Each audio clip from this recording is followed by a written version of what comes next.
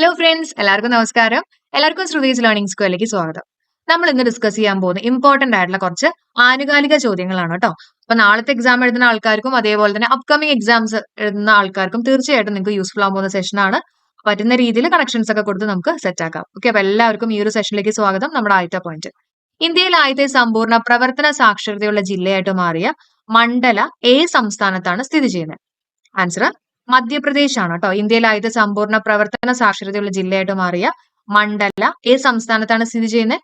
മധ്യപ്രദേശിലാണ്. Okay, അടുത്ത point, Nishtha പദ്ധതി എന്തുമായിട്ട് ബന്ധപ്പെട്ടിരിക്കുന്നു? നിഷ്ത പദ്ധതി എന്തുമായിട്ടാ? അധ്യാപക പരിശീലന പദ്ധതിയാണ് നിഷ്ത പദ്ധതി കേട്ടോ. അപ്പൊ അധ്യാപകർക്കൊക്കെ നല്ല കൃത്യനിഷ്ഠത ഒക്കെ വേണമെന്ന് ഓർക്കുക കേട്ടോ. നിഷ്ത പദ്ധതി എന്തുമായിട്ട് ബന്ധപ്പെട്ടിരിക്കുന്നു?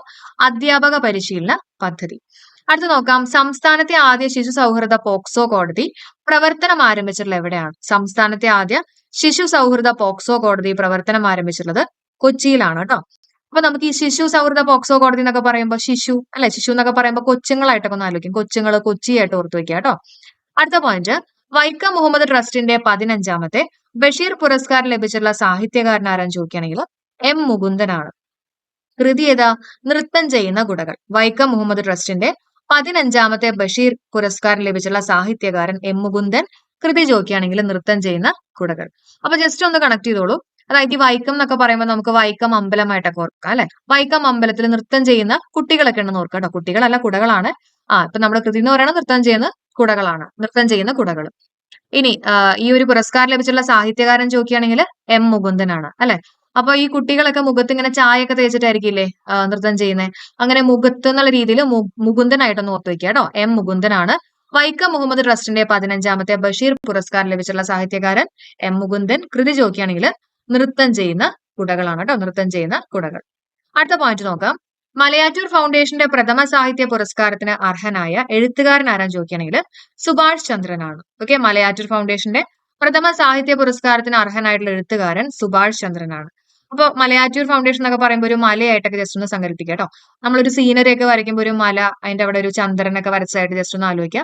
അപ്പൊ ചന്ദ്രനാണ്, സുഭാഷ് ചന്ദ്രനാണ്. ഓക്കെ, അടുത്ത പോയിന്റ്, 2022 ദാദാ സാഹേബ് പുരസ്കാരം ലഭിച്ചിട്ടുള്ളത് ആശാ പരേഖിനാണ്.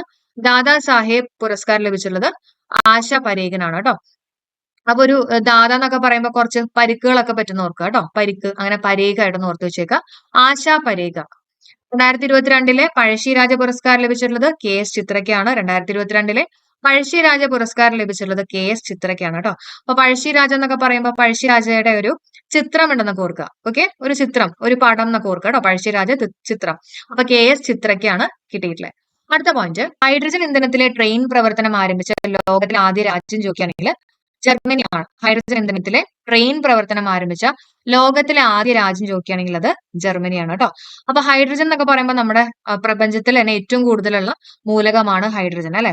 അപ്പൊ അത് കുറെ ഉണ്ടെന്ന് ഓർക്കുക, അത് മെനി ഉണ്ടെന്ന് ഓർക്കുക കേട്ടോ. അപ്പൊ ജർമ്മനിയാണ്, ട്രെയിൻ ആണ്. അപ്പൊ ഹൈഡ്രജൻ ഇന്ധനത്തിലെ ട്രെയിൻ പ്രവർത്തനം ആരംഭിച്ച ലോകത്തിലെ ആദ്യ രാജ്യം ചോദിക്കുകയാണെങ്കിൽ അത് ജർമ്മനി എന്നുള്ളത് ഓർത്തു വെച്ചേക്കുക. അടുത്ത പോയിന്റ്, പ്രഥമ കെ ആർ ഗൗരിയമ്മ ഫൗണ്ടേഷൻ പുരസ്കാരം ലഭിച്ചിട്ടുള്ളത് അലൈഡ ഗുവേരയ്ക്കാണ്. പ്രഥമ കെ ആർ ഗൗരിയമ്മ ഫൗണ്ടേഷൻ പുരസ്കാരം ലഭിച്ചിട്ടുള്ളത് അലൈഡ ഗുവേര. നമുക്ക് ഗൗരിയമ്മ എന്ന് പറയുമ്പോൾ അതിനകത്ത് ഗായും വായൊക്കെ ഉണ്ട് അല്ലെ. അതേപോലെ ഗുവേര ആയിട്ടൊന്ന് ഓർത്തു വെക്കുക. അലൈഡ ഗുവേര എന്ന് പറയുന്നത് ചെഗ്വേരയുടെ മകളാണ് കേട്ടോ, അലൈഡ ഗുവേര. അതും കൂടെ ഓർത്തു വെക്കുക. പ്രഥമ കെ ആർ ഗൗരിയമ്മ ഫൗണ്ടേഷൻ പുരസ്കാരം ലഭിച്ചിട്ടുള്ളത് അലൈഡ ഗുവേരയ്ക്കാണ്. അടുത്ത പോയിന്റ്, 2023 ഏഷ്യ കപ്പ് പുരുഷ ജൂനിയർ ഹോക്കി കിരീടം നേടിയിട്ടുള്ളത് ഇന്ത്യയാണ്. റണ്ണറപ്പ് പാകിസ്ഥാൻ, വേദി ഒമാനാണ്. 2023 ഏഷ്യ കപ്പ് പുരുഷ ജൂനിയർ ഹോക്കി കിരീടം നേടിയിട്ടുള്ളത് ഇന്ത്യയാണ്. റണ്ണറപ്പ് ചോദിക്കുകയാണെങ്കിൽ പാകിസ്ഥാൻ, വേദി ഒമാനാണ്. അടുത്ത പോയിന്റ്, 2023 വനിതാ ജൂനിയർ ഏഷ്യ കപ്പ് കിരീടം നേടിയിട്ടുള്ളത് ഇന്ത്യയാണ്. റണ്ണറപ്പ് ദക്ഷിണ കൊറിയയാണ് കേട്ടോ. റണ്ണറപ്പ് ദക്ഷിണ കൊറിയയാണ്. വേദി ചോദിക്കുകയാണെങ്കിൽ ജപ്പാനാണ്. അപ്പൊ 2023 വനിതാ ജൂനിയർ ഏഷ്യ കപ്പ് കിരീടം നേടിയിട്ടുള്ളത് ഇന്ത്യ. റണ്ണറപ്പ് ദക്ഷിണ കൊറിയ, വേദി ജപ്പാൻ. 2023 ഏഷ്യ കപ്പ് പുരുഷ ജൂനിയർ ഹോക്കി കിരീടം നേടിയിട്ടുള്ള ഇന്ത്യയാണ്. റണ്ണറപ്പ് പാകിസ്ഥാൻ, വേദി ഒമാൻ. മറക്കണ്ട കേട്ടോ. അടുത്ത പോയിന്റ്, ദേശീയ ഭക്ഷ്യ സുരക്ഷാ സൂചികയിൽ വലിയ സംസ്ഥാനങ്ങളുടെ വിഭാഗത്തിൽ 1ാം സ്ഥാനം നേടിയിട്ടുള്ളത് കേരളമാണ്. ദേശീയ ഭക്ഷ്യ സുരക്ഷാ സൂചികയിൽ വലിയ സംസ്ഥാനങ്ങളുടെ വിഭാഗത്തിൽ 1ാം സ്ഥാനം നേടിയിട്ടുള്ളത് കേരളമാണ്. ഇനി പ്രതിരോധ ഗവേഷണ സ്ഥാപനമായിട്ടുള്ള DRDOയുടെ യുവ ശാസ്ത്ര പുരസ്കാരം നേടിയ മലയാളി ആരാന്ന് ചോദിക്കുകയാണെങ്കിൽ പ്രതീക് സുരേഷ് കുമാർ. ആരാണ്? പ്രതീക് സുരേഷ് കുമാർ. അപ്പൊ DRDOയുടെ യുവശാസ്ത്ര പുരസ്കാരം നേടിയിട്ടുള്ള മലയാളി ചോദിക്കുകയാണെങ്കിൽ പ്രതീക് സുരേഷ് കുമാർ ആണ് കേട്ടോ. അപ്പൊ ഒരു യുവ ശാസ്ത്രജ്ഞൻ എന്നൊക്കെ പറയുമ്പോൾ കുറച്ച് ഈ ശാസ്ത്രജ്ഞൻ സയന്റിസ്റ്റ് എന്നൊക്കെ പറയുമ്പോൾ കുറച്ച് സിമ്പിൾസ് ഒക്കെ ഉണ്ടാവും അല്ലെ? ഈറ്റ, ഗാമ അങ്ങനെയുള്ള കുറച്ച് സിമ്പിൾസ് ഒക്കെ യൂസ് ചെയ്യുന്ന ഓർക്കുക. അപ്പൊ പ്രതീകങ്ങളായിട്ടൊന്ന് കണക്ട് ചെയ്യാം കേട്ടോ. പ്രതീക് എന്നുള്ള രീതിയിൽ ഓർക്കുക. പ്രതീക് സുരേഷ് കുമാർ. അടുത്ത പോയിന്റ്, ഏത് മുൻ ഇന്ത്യൻ ഫുട്ബോൾ ടീം ക്യാപ്റ്റന്റെ ജന്മദിനമാണ് ഗ്രാസ് റൂട്ട് ദിനമായിട്ട് ആചരിക്കാൻ അഖിലേന്ത്യാ ഫുട്ബോൾ ഫെഡറേഷൻ തീരുമാനിച്ചത്?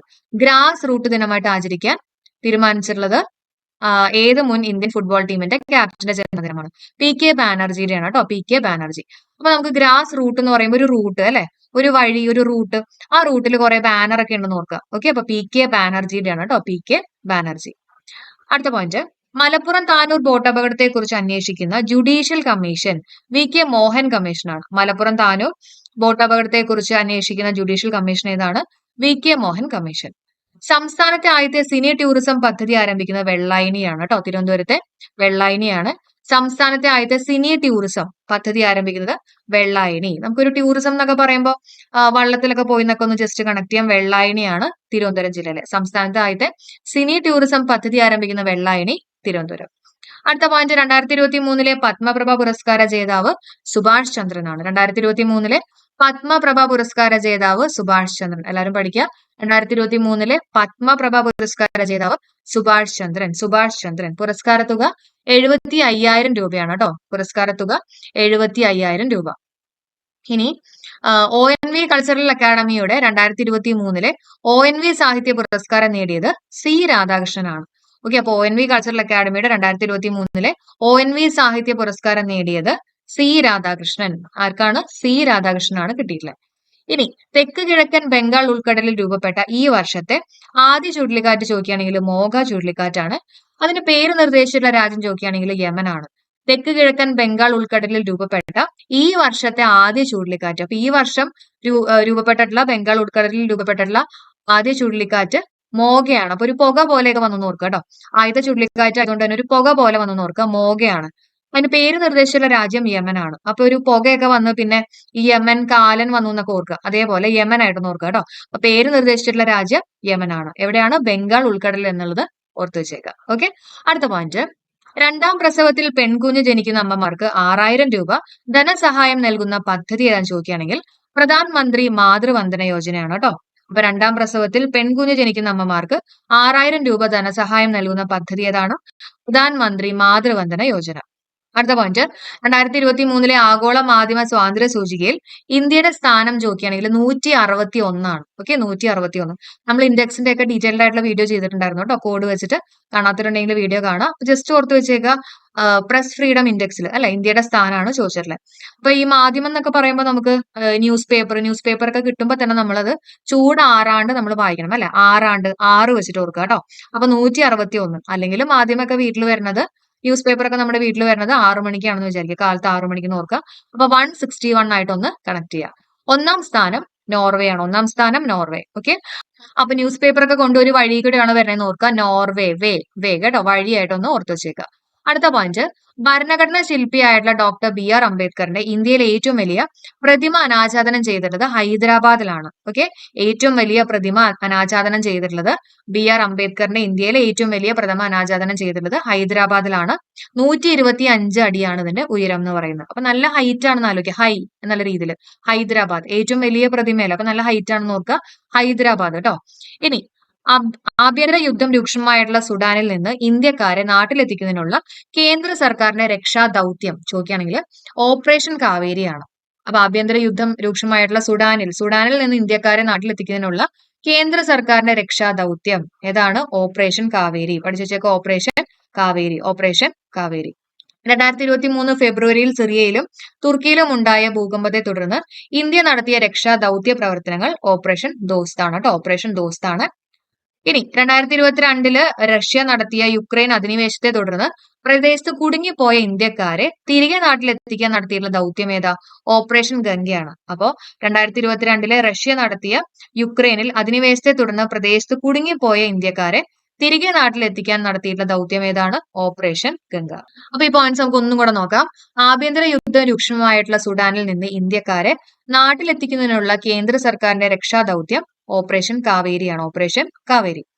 പിന്നെ 2023 ഫെബ്രുവരിയിൽ സിറിയയിലും തുർക്കിയിലും ഉണ്ടായ ഭൂകമ്പത്തെ തുടർന്ന് ഇന്ത്യ നടത്തിയ രക്ഷാ ദൗത്യ പ്രവർത്തനങ്ങൾ ഓപ്പറേഷൻ ദോസ്ത് ആണ്. ഓപ്പറേഷൻ ദോസ്ത്. 2022 റഷ്യ നടത്തിയ യുക്രൈനിൽ അധിനിവേശത്തെ തുടർന്ന് ആ പ്രദേശത്ത് കുടുങ്ങിപ്പോയ ഇന്ത്യക്കാരെ തിരികെ നാട്ടിലെത്തിക്കാൻ നടത്തിയിട്ടുള്ള ദൗത്യം ഏതാണ്? ഓപ്പറേഷൻ ഗംഗ. ഓപ്പറേഷൻ ഗംഗ. അടുത്ത പോയിന്റ് നോക്കാം. 2023 റിപ്പബ്ലിക് ദിന പരേഡിൽ പങ്കെടുത്ത വിദേശ സേന ഏതാണെന്ന് ചോദിക്കുകയാണെങ്കിൽ ഈജിപ്ത് ആണ്. 2023 റിപ്പബ്ലിക് ദിന പരേഡിൽ പങ്കെടുത്ത വിദേശ സേന ഏതാണ്? ഈജിപ്ത്. 2023 റിപ്പബ്ലിക് ദിന ആഘോഷങ്ങളിലെ മുഖ്യ അതിഥിയായിരുന്നത് ഈജിപ്ഷ്യൻ പ്രസിഡന്റ് ആയിട്ടുള്ള അബ്ദേൽ ഫത്താഹ് അൽ സീസി ആണ്. ആരാണ്? അബ്ദേൽ ഫത്താഹ് അൽ സീസി. 2023 റിപ്പബ്ലിക് ദിന ആഘോഷങ്ങളിൽ മുഖ്യ അതിഥിയായിരുന്നത് ഈജിപ്ഷ്യൻ പ്രസിഡന്റ്. അദ്ദേഹത്തിന്റെ പേര് അബ്ദേൽ ഫത്താഹ് അൽ സീസി. അപ്പൊ ഒരു 10 ആൾക്കാർക്ക് തുല്യമാണെന്ന് ഓർക്കുക കേട്ടോ. 10 ഫത്ത എന്നൊക്കെ ഒന്ന് ഓർത്ത് വെച്ചേക്കുക. അബ്ദേൽ ഫത്ത. ഓക്കെ. ഇനി കേരളത്തിലെ ആദ്യത്തെ വന്ദേ ഭാരത് സർവീസ് നടത്തുന്നത് തിരുവനന്തപുരം മുതൽ കാസർഗോഡ് ആണ് കേട്ടോ. കേരളത്തിലെ ആദ്യത്തെ വന്ദേ ഭാരത് സർവീസ് നടത്തുന്നത് തിരുവനന്തപുരം മുതൽ കാസർഗോഡ് വരെ. ഇന്ത്യയിലെ 13ാമത്തെ വന്ദേ ഭാരത് സർവീസ് ആണിത് കേട്ടോ. ഇന്ത്യയിലെ 13ാമത്തെ വന്ദേ ഭാരത് സർവീസ് ആണ് ഇത്. 2022 100ാം വാർഷികം തികയ്ക്കുന്ന കുമാരനാശാന്റെ കൃതി ചോദിക്കുകയാണെങ്കിൽ ദുരവസ്ഥയാണ്. 2022 100ാം വാർഷികം തികയ്ക്കുന്ന കുമാരനാശാന്റെ കൃതി ചോദിക്കുകയാണെങ്കിൽ ദുരവസ്ഥ. 2022 ഹരിവരാസന പുരസ്കാര ജേതാവ് ആലപ്പി രംഗനാഥ് ആണ്. 2022 ഹരിവരാസന പുരസ്കാര ജേതാവ് ആലപ്പി രംഗനാഥ്. അടുത്ത പോയിന്റ് നോക്കാം. 2022 വർഷം രാജ്യത്തെ ആദ്യ സമ്പൂർണ്ണ ലൈബ്രറി മണ്ഡലം എന്ന നേട്ടം കൈവരിച്ചിട്ടുള്ളത് ധർമ്മടമാണ്. 2022 വർഷം രാജ്യത്തെ ആദ്യ സമ്പൂർണ്ണ ലൈബ്രറി മണ്ഡലം എന്ന നേട്ടം കൈവരിച്ചത് ധർമ്മടം. ഓക്കെ. അപ്പൊ ലൈബ്രറിയിലൊക്കെ പോകുമ്പോൾ നമ്മൾ കുറച്ച് ധർമ്മസങ്കടത്തിലൊക്കെ ആയിരിക്കും ഓർക്കുക. നമുക്ക് വർത്താനൊക്കെ പറയാൻ പറ്റാണ്ട് ധർമ്മസങ്കടത്തിലായിരിക്കും ഓർക്കുക. ധർമ്മടമാണ് കേട്ടോ. ഇനി രാജ്യത്തെ ആദ്യ കാർബൺ ന്യൂട്രൽ ഫാം ആലുവയാണ്. പ്രാവശ്യം PSC ചോദിച്ചിട്ടുണ്ട്. നമ്മൾ അതിനു മുമ്പ് ഡിസ്കസ് ചെയ്തിരുന്നതാണ്. രാജ്യത്തെ ആദ്യ കാർബൺ ന്യൂട്രൽ ഫാം ആലുവ. അപ്പൊ ബണ്ണും അലുവയും എന്നുള്ള രീതിയിൽ ആലോചിക്കുക. കാർബൺ. ഓക്കെ. ബണ്ണും അലുവ. ആലുവയാണ് കേട്ടോ രാജ്യത്തെ ആദ്യ കാർബൺ ന്യൂട്രൽ ഫാം ആലുവ. ദേശീയ ന്യൂനപക്ഷ കമ്മീഷൻ ചെയർമാനായിട്ട് ചുമതലയേറ്റ വ്യക്തി ഇക്ബാൽ സിംഗ് ലാൽപുര. പഠിച്ചു വെച്ചേക്കുക. ദേശീയ ന്യൂനപക്ഷ കമ്മീഷൻ ചെയർമാനായിട്ട് ചുമതലയേറ്റ വ്യക്തി ആരാണ്? ഇക്ബാൽ സിംഗ് ലാൽപുര. ഇക്ബാൽ സിംഗ് ലാൽപുര. 95:95:95 ഏത് രോഗവുമായിട്ട് ബന്ധപ്പെട്ടിരിക്കുന്ന ക്യാമ്പയിൻ ആണ്? എയ്ഡ്സ് ആണ് കേട്ടോ.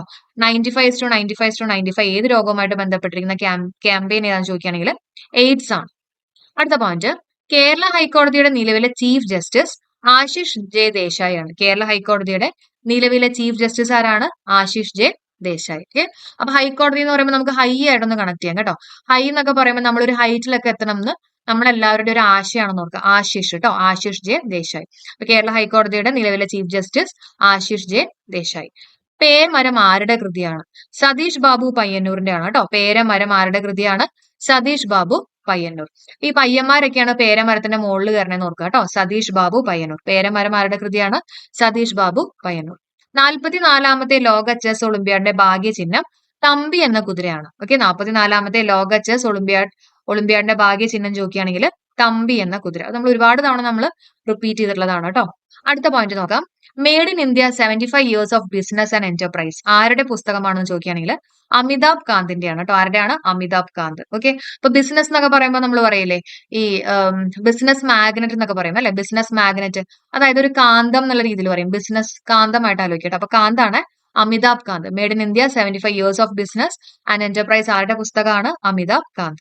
2021 ഇന്ത്യ ഇന്നോവേഷൻ സൂചിക പ്രകാരം 1ാം സ്ഥാനത്തുള്ള സംസ്ഥാനം. ഓക്കെ. ഇന്ത്യ ഇന്നോവേഷൻ സൂചിക പ്രകാരം 1ാം സ്ഥാനത്തുള്ള സംസ്ഥാനം ചോദിക്കുകയാണെങ്കിൽ കർണാടകയാണ്. അപ്പൊ നമുക്ക് ഇന്നോവേഷൻ എന്ന് പറയുമ്പോൾ ഇന്നോവ ഒരു കാറല്ലേ. അപ്പൊ നമുക്ക് കാർ വെച്ചിട്ട് കർണാടകയായിട്ടൊന്ന് കണക്ട് ചെയ്യാം കേട്ടോ. അപ്പൊ 2021 ഇന്ത്യ ഇന്നോവേഷൻ സൂചിക പ്രകാരം 1ാം സ്ഥാനത്തുള്ള സംസ്ഥാനം ചോദിക്കുകയാണെങ്കിൽ അത് കർണാടക. ഇനി നമ്മുടെ ലാസ്റ്റ് ക്വസ്റ്റ്യൻ, നിലവിലെ UPSC ചെയർമാൻ ആരാന്ന് ചോദിക്കുകയാണെങ്കിൽ മനോജ് സോണിയാണ്. നിലവിലെ UPSC ചെയർമാൻ ചോദിക്കുകയാണെങ്കിൽ മനോജ് സോണി. ഓക്കെ. അപ്പൊ തൽക്കാലം നമ്മുടെ ക്ലാസ് ഇവിടെ വെച്ച് വൈൻഡ് അപ്പ് ചെയ്യാണ്. അപ്പൊ ഇനിയും നമുക്ക് കുറെ കാര്യങ്ങൾ ചർച്ച ചെയ്യാനുണ്ട്. വീഡിയോ ഒരുപാട് ലെങ്തി ആക്കണ്ടല്ലോ എന്ന് വിചാരിച്ചിട്ടാണ് കേട്ടോ. അപ്പൊ നിങ്ങൾക്ക് ഇതിന്റെ കണ്ടിന്യൂഷൻ വേണമെങ്കിൽ തീർച്ചയായിട്ടും ഒന്ന് കമന്റ് ചെയ്യുക. അപ്പൊ അതനുസരിച്ച് ഞാൻ വേണമെങ്കിൽ അടുത്ത വീഡിയോയും കൂടെ അപ്ലോഡ് ചെയ്യാം കേട്ടോ. എല്ലാവരും ഒന്ന് കമന്റ് ചെയ്യണേ. അതേപോലെ തന്നെ എല്ലാവരും ഒന്ന് ലൈക്ക് ചെയ്യുക. ഫ്രണ്ട്സ് ഒക്കെ ഉണ്ടെങ്കിൽ മാക്സിമം ഷെയർ ചെയ്യുക. അപ്പൊ നാളെ എക്സാം എഴുതുന്ന എല്ലാവർക്കും ഓൾ ദി ബെസ്റ്റ്. എല്ലാവരും നല്ല രീതിയിൽ തന്നെ ചെയ്യാം കേട്ടോ. അപ്പൊ നമുക്ക് അടുത്ത വീഡിയോയിൽ കാണാം. എല്ലാവർക്കും bye. Thank you all for supporting.